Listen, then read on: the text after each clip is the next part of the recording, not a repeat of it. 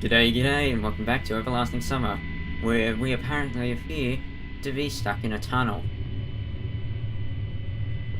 We're making our way through it, at least.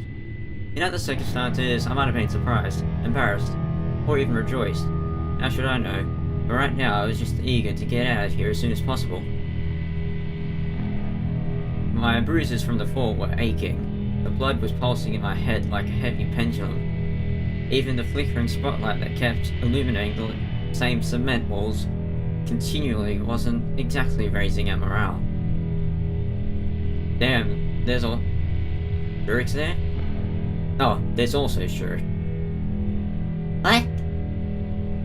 Why did you get into the Night Forest in the first place to find Shurik? Just forget him. He might have fallen down here just like us. Yeah, that's a possibility. Of course, Eliza has a point.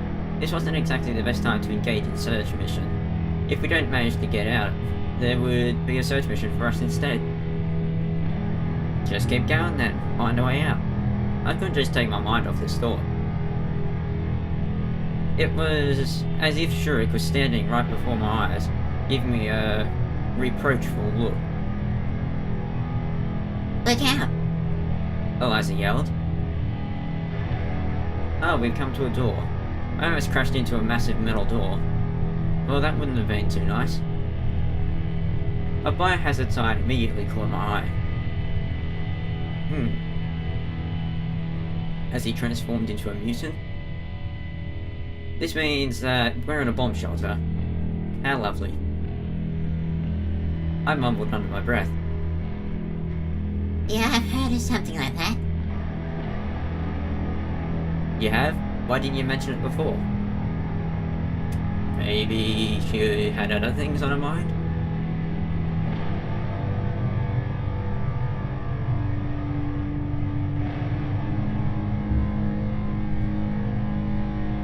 How would I know it'd be important? I guess you're right. Fine. I grasped the door's wheel and pushed it as hard as I could, trying to turn it. The rusty metal grated but refused to budge. Stop slacking and help me. Eliza hesitated a little, but then grasped the handle and started to pull. Finally, we managed to turn the wheel and the door opened. It was hard to mistake the room we entered for anything else. It was definitely a bomb shelter. Looks like it's still in good condition. Cabinets full of gas masks and dry rations, lots of equipment, bunk beds, and air recirculation systems. There was everything one would need to survive a nuclear war. Or at least to survive the first blast. Eliza clenched my arm even tighter. What is it? What? She blabbered under her breath. I'm scared. Are you now? Could have fooled me. What are you scared of? Indeed, what of? We're in an abandoned tunnel, it's dark. There are plenty of reasons. We tumbled down into an abandoned bomb shelter. Now we're wandering here in the dark, trying to find an exit. Oh yeah, nothing to be afraid of. Nothing at all. Those thoughts made me squirm and I instinctively drew nearer to Eliza. How near?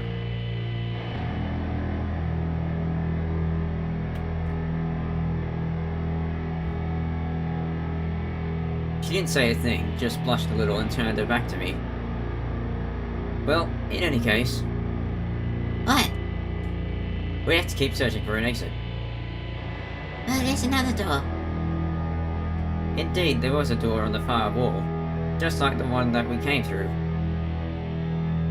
However, no matter how hard I tried to open it, it was stuck. Yay. Need some help? Yeah, that would be nice. Nope, it's just jammed for good. You could at least oblige.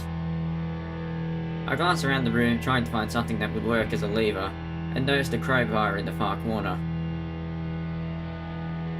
That could work. Great.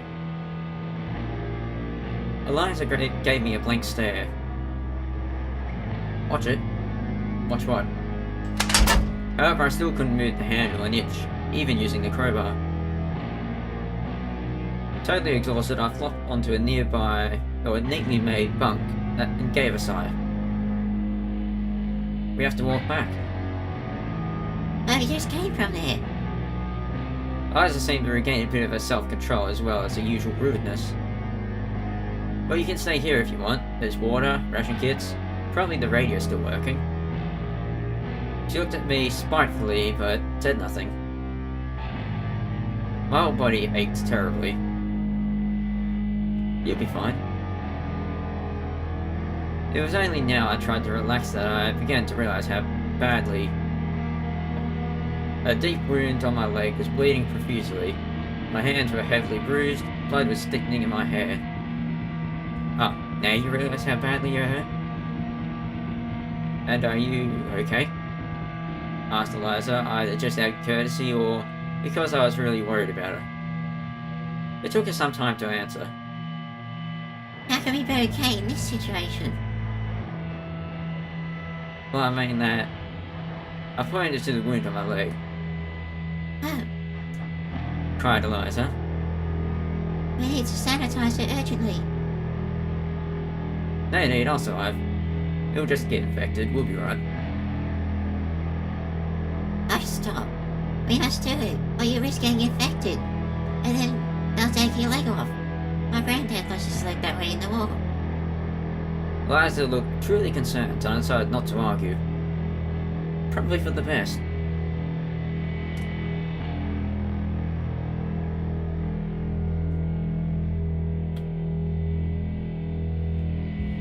How long do you reckon you could survive an infection? Okay, but it's kind of a long way to the infirmary. Hang on. She smiled and started to rummage through the cabinets. Anything? There was a fair chance of finding some kind of medicine in a bomb shelter, and soon enough Eliza pulled out a first aid kit with a triumphant look. Okay, hold still. Well, I'll try. Treating the wound with an iodine soaked cotton swab felt like the touch of a red-hot iron. I clenched my teeth hard and hissed with pain. Oh, come on, it's not that painful. Maybe you should try it yourself. Could sting quite a bit. It was easier with my other wounds, and soon enough I looked like a leopard, all covered in brown spots. Thanks. Don't you think that was anything special? We just had to treat your injuries. Eliza snorted and turned her back on me. Okay, thanks. Sure. I refrained from arguing and got up from the bunk. Even a short rest had definitely been good for me. Well, shall we go?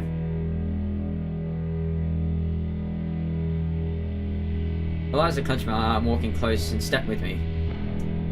We headed back slowly, carefully looking for a hole in the ceiling. The tunnel seemed endless. We couldn't find the place where we fell down, not after 5 nor even 10 minutes. Are we lost? Eliza asked sadly. Might possible to get lost in the forest. It just came to me that that's exactly what we'd accomplished half an hour ago, so to refrain scaring her even further, I continued with confidence. But this is a single straight tunnel, you can't get lost here. So, where are we gonna end up? My words didn't seem to calm Eliza down enough. Well, we'll get out of here. There's always an exit. Really? Of course there is. The workers that built it somehow got back up to the surface, didn't they? Yeah, I guess. It appeared that she was trying hard to look as bold as usual, but it wasn't turning out well. In the dim light, it was evident that Eliza was shivering. The look of extreme exertion was plastered on her face. Fine, let's move forward.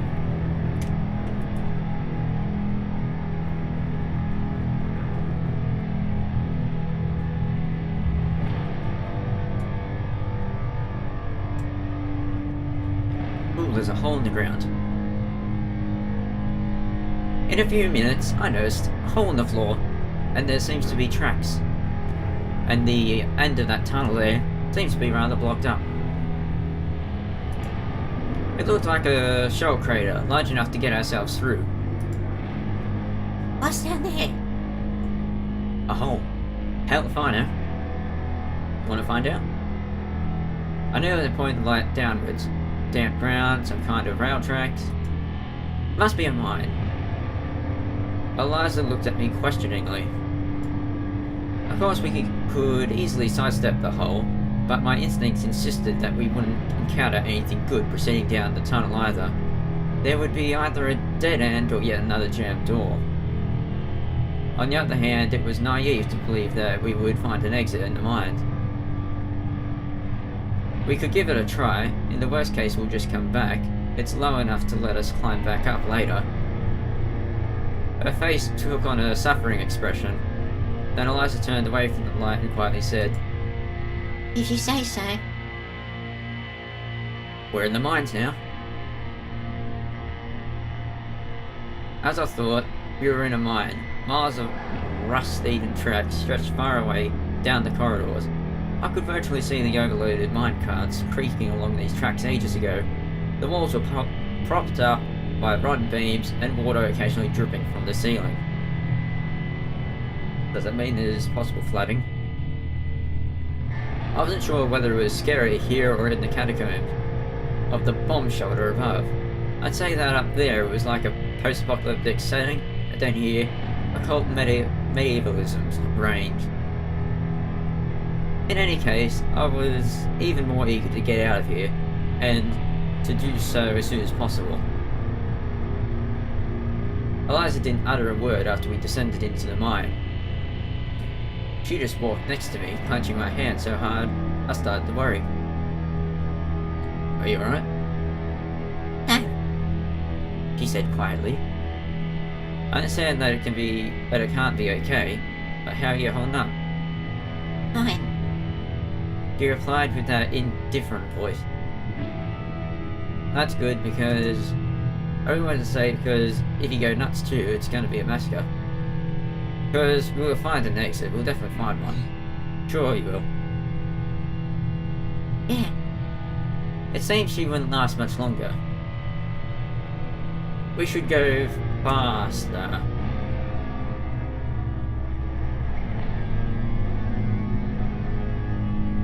How long are these mines anyway? I quickened my steps and we reached a fork after a couple of dozen meters.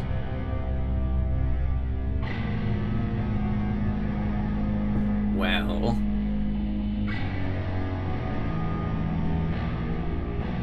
So which way?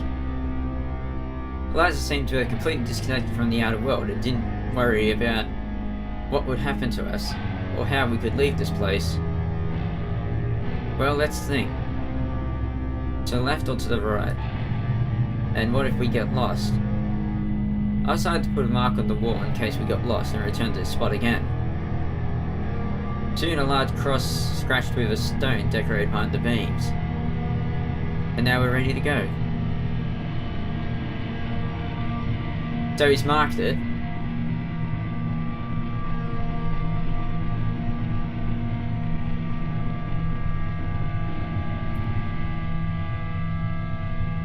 Ooh, which way? I'm leaning towards the left here. Because that's the way that arrow is looking.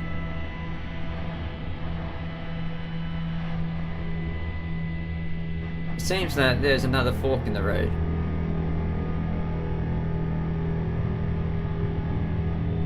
Oh dear. Try again. We came to some kind of miners' camp. Pigs and helmets everywhere, rusty wagons stood in the corner. All the items were so old, they dated from the beginning of the 20th century rather than the middle. I don't understand what that said. But I sensed that exit was somewhere nearby, and so we went further. It seemed there was another fork in the road. Oh, just keep going left.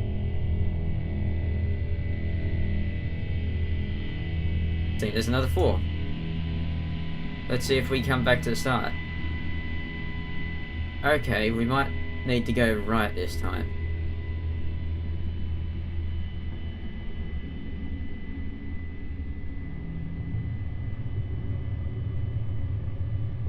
Okay.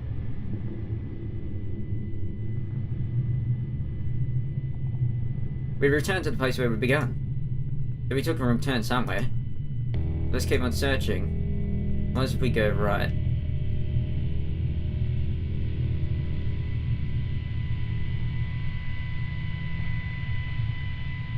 Finally we came with the tunnel into some kind of hall with a high ceiling. Though it could hardly be called a hall, they must have used a mine something here. Coal, probably, or maybe gold. The walls had been cut by pickaxes or pneumatic drills. This place was pitch black, so our only salvation was the flashlight. If it breaks, it's unlikely that we'll ever get out of here. I noticed a red piece of cloth in its light. It was a pioneer's neckerchief. Druid was obviously here somewhere. Where are you, mate? Only my echo responded to me. Why are you shouting? It's not like he can hear you. You never know. Liza didn't reply, just sighed. There was no other exit from this hall. However, it is quite possible that there are some nooks in these tunnels we haven't checked yet. So we have to keep looking. Oh god. Seems like there's another fork in the road.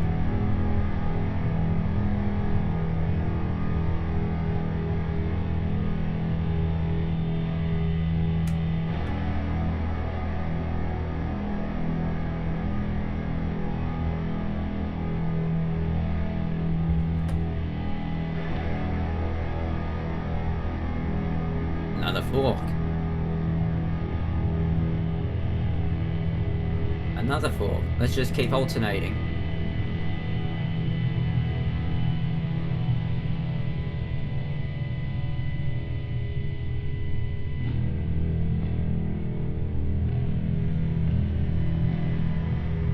Just so many forks.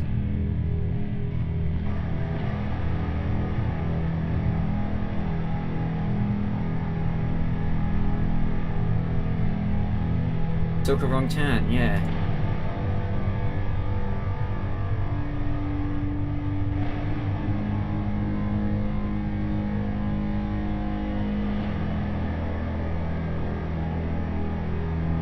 How long can we alternate for?